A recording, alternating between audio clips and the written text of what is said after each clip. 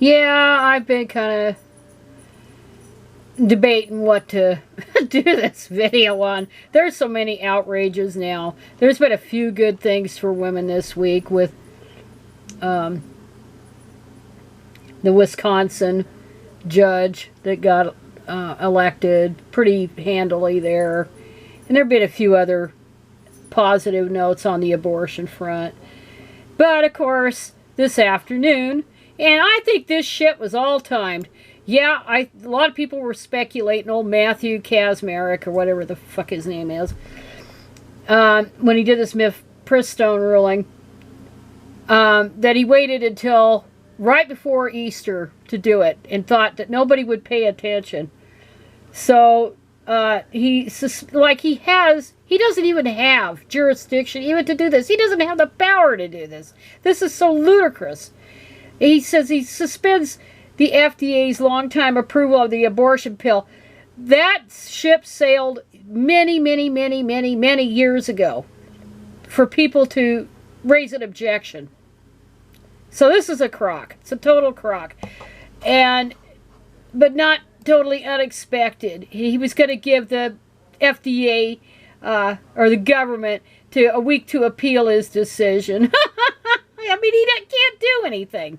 The guy can't do anything. So I hope they just tell him to shove it. But what's hilarious is when he did this, then a judge in Washington says the states to keep access to abortion pill. The judge must have got wind. Somebody must have tipped that judge off what was going on in Texas to issue a counter ruling. So now it gets thrown into appeals courts and the Supreme Court. The Supreme Court doesn't have any say about it either. This is all bullshit. But anyway, that's one thing to get your weekend going, right? All this nonsense about Mifepristone, RU-486. I wish they have kept the original name. And then, of course, everybody was outraged, at least sane people, over a man modeling a sports bra. And this Dylan Mulvaney, or whatever his name is, well, at least he didn't have to change it. I don't think he ever changed his name. So he uses that name that could go either way. It's usually a male name anyway. But he was getting all these damn endorsements. And Bud Light has been feeling the heat over it.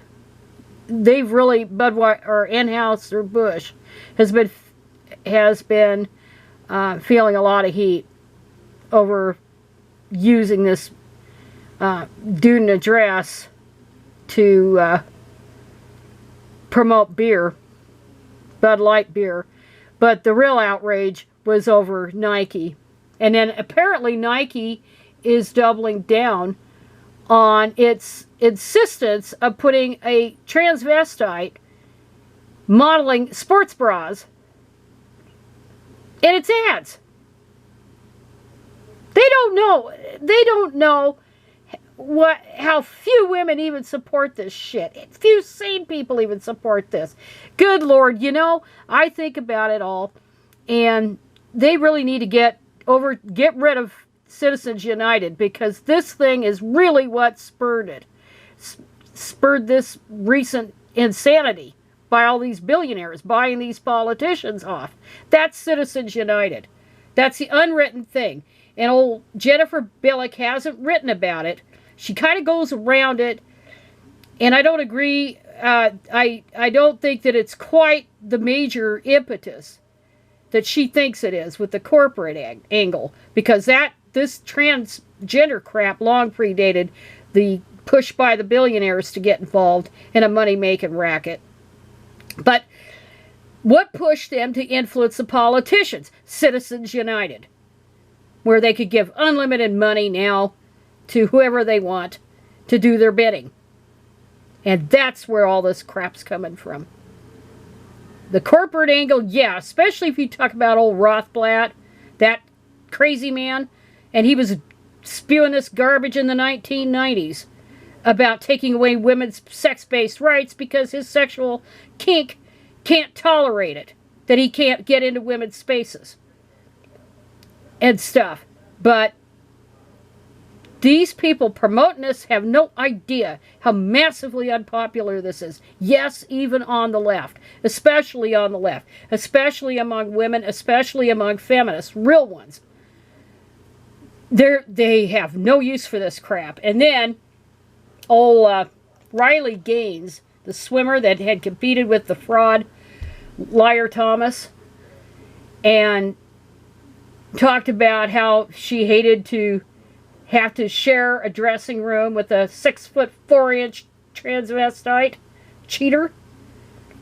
Well, she was speaking at an event, and I hate that damn Independent Women's Forum that was founded by the late Barbara Olson and other right-wing women to try and perpetuate more traditional roles for women.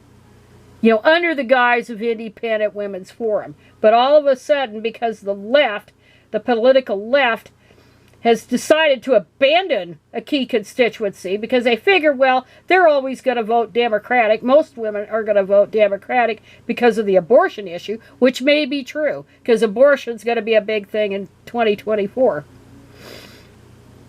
But because they left this gaping hole, the right comes in there and fills it. But they hate women. I mean, they hate them. I mean, they're hated on both sides.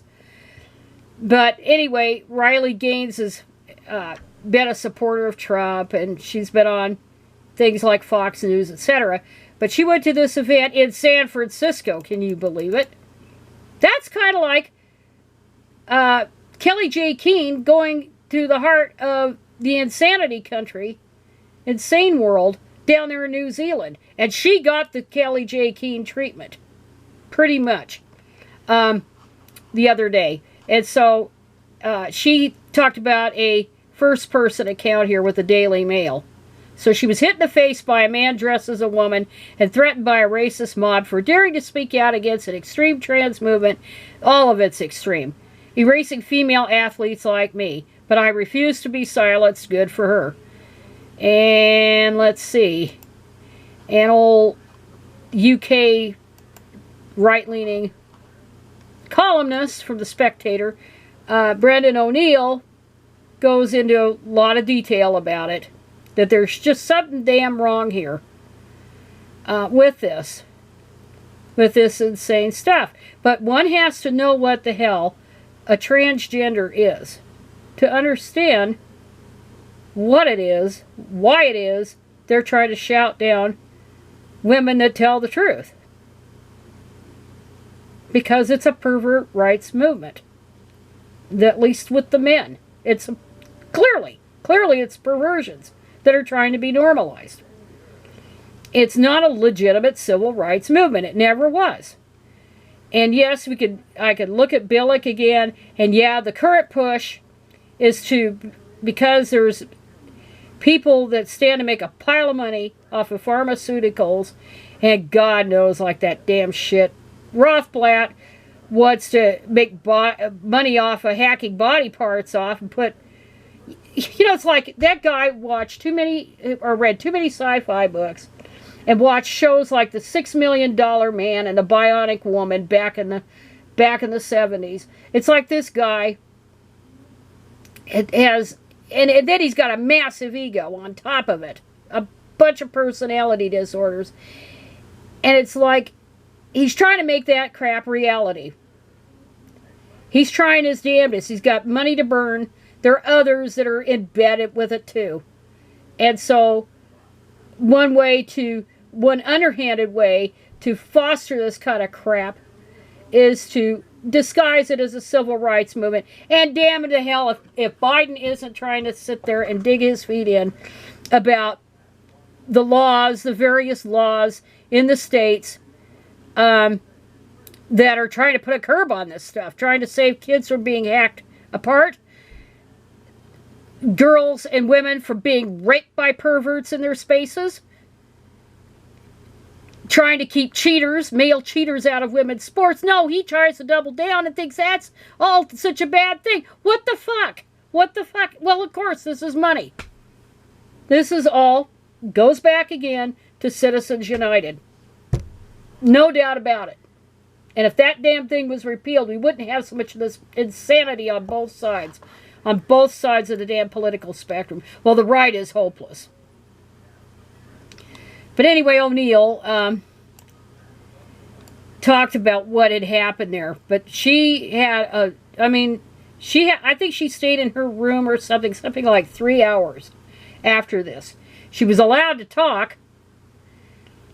She did at least get that, but it didn't take long for more of these weirdos to come along and really try to harm her. And you know, the more they yak, the more they try to shut her down, the more women are proven right that these people and these men that are in there have no business in women's spaces at all. They're dangerous. Men are the violent sex.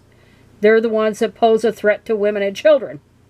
And they have to be kept out of women's spaces, women's and girls' spaces. But, you know, they always knew. These activists always knew they had to shut feminists up because they were on to them from day one. Back in the early 70s, I'm old enough to remember all this hullabaloo over Richard Raskin, who ended up calling himself Renee Richards. And he competed against women in professional tennis, and there was a storm of anger about that controversy. But now thanks to academia and stuff, they started getting this queer theory and all this other shit in there to try to lower people's resistance to aberrant behavior. And now aberrant behavior is being normalized under the guise of LGBTQ, da-da-da-da-da-da-da. And the LGBs are still asleep at the switch. But anyway, this is a rambly video.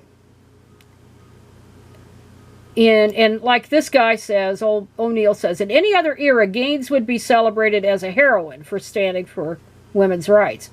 But here is a brave young lady standing up to sports bodies and the political establishment more broadly, who insists that men who identify as women literally are women and should be permitted to partake in women's sports, thus destroying women's sports.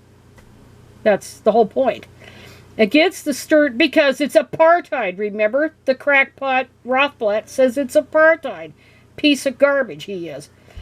Against the stern and censorious new ideologies of identity politics, Gaines is taking a stand for sexual equality, reason, scientific truth, and women's rights. Rather than being celebrated, she is demonized and assaulted, just like the witch trials, and he mentioned that. There, he said it's shameful. The violent mob that mauled Gaines, like the mob that attacked Kelly J. Keene, did not emerge out of thin air. No, this was a brutish physical manifestation of a broader culture of misogynistic intolerance that has been green-lighted by everyone from American swimming bodies to the British left. We need more tolerance of the witches and more intolerance of their hunters. Fucking men. So, anyway, that's all I gotta say for Easter weekend, unless something else comes up.